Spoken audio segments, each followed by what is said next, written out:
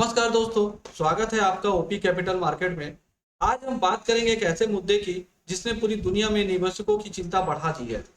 America और Iran के बीच बढ़ते तनाव का असर सिर्फ राजनीति तक सीमित नहीं रहा है, बल्कि इसका सीधा असर शेयर बाजार, सोना, कच्चा तेल और हमारे निवेश के ऊपर भी कंटिन्यू पड़ रहा है।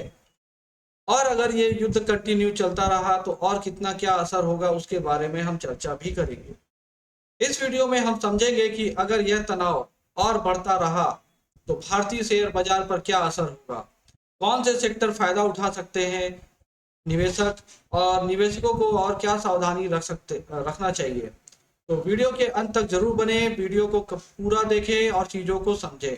जैसा कि इस वीडियो पे एक पोस्टर आपको दिखाई दे रहा है, अमेरिका और ईरान का जो लड़ाई है उसके बीच बढ़ते तनाव का असर, तो ये पूरा वीडियो इसी से रिलेटेड है। और एक नीचे एक डिस्क्लेमर भी है, उसको भी जरूर पढ़ें। तो सबसे पहले हम समझते हैं कि ये मामला क्या है। अमेरिका और ईरान के बीच में कई वर्षों से तनाव बढ़ा हुआ है।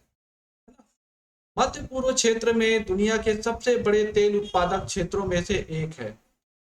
जब क्षेत्र में तनाव बढ़ता है तो दुनिया में क्या असर पड़ता है उस चीज के बारे में हम चर्चा करते हैं। तो इस क्षेत्र में जब भी युद्ध तनाव होता है तो दुनिया में कच्चा तेल की कीमतें बढ़ती हैं।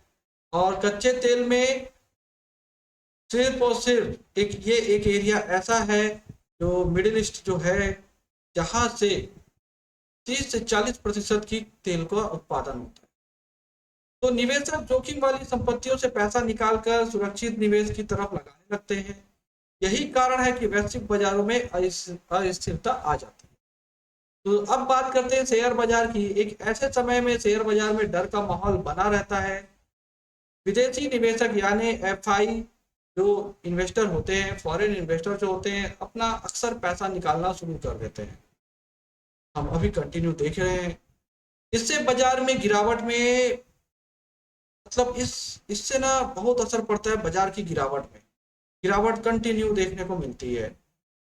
चार्ट पैटर्न एक अलग चीजों को समझाता है और गिरावट एक अलग चीजों को बताती है। तो अगर गिरावट के बारे में हम और डीपली चर्चा करें तो हम देख सकते हैं banking sector, IT sector, auto sector, इन सब तीनों सेक्टरों पे काफी दबाव पड़ता है। हालांकि मजबूत कंपनियों में लंबी अवधि के निवेशकों के लिए अवसर भी बन सकते हैं।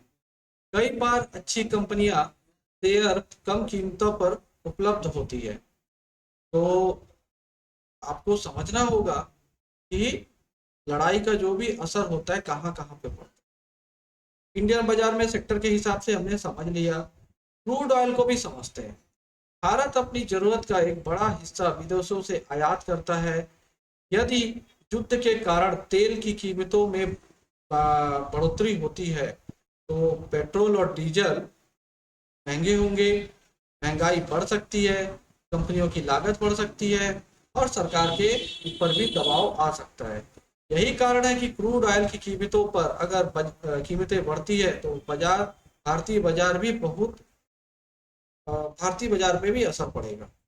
ठीक है, अब चलिए इसका असर गोल्ड पर क्या पड़ता है उसको भी देखते हैं। जब दुनिया में अनसर्टेनिटी आती है, अनिश्चितता आती है, तो लोग अपना पैसा गोल्ड की तरफ लगाते हैं। इसे सेफ हेवन एसेट भी कहा जाता है। यदि तनाव बढ़ता है तो गोल्ड प्राइस बढ़ती है, सिल्वर में भी तेजी आ सकती है। तो इसलिए कई निवेशक अपने पोर्टफोलियो में एक हिस्सा सोने का भी रखें या रखते भी हैं। अभी देखें अगर इसका सीधा असर डिफेंस की तरफ पड़े तो कैसा होगा।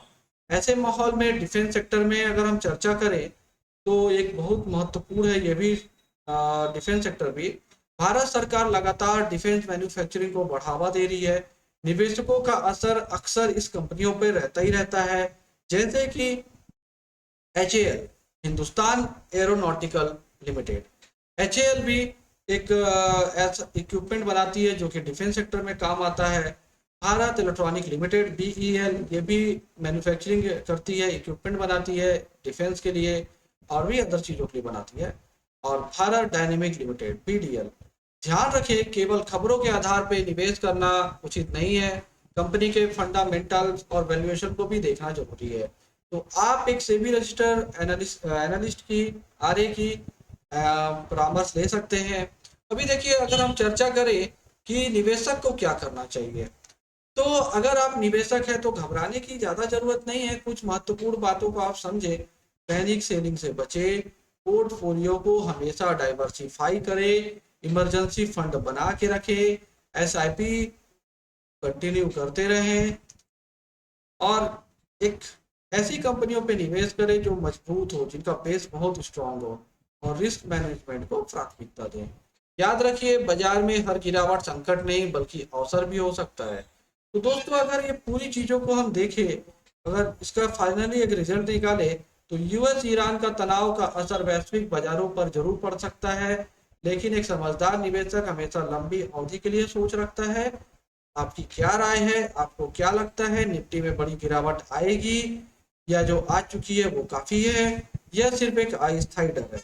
अपनी राय कमेंट में जरूर बताएं। वीडियो पसंद आए तो लाइक करें, शेयर करें, ओपी कैपिटल मार्केट को सब्सक्राइब करना ना भूलें। थैंक यू दोस्तों।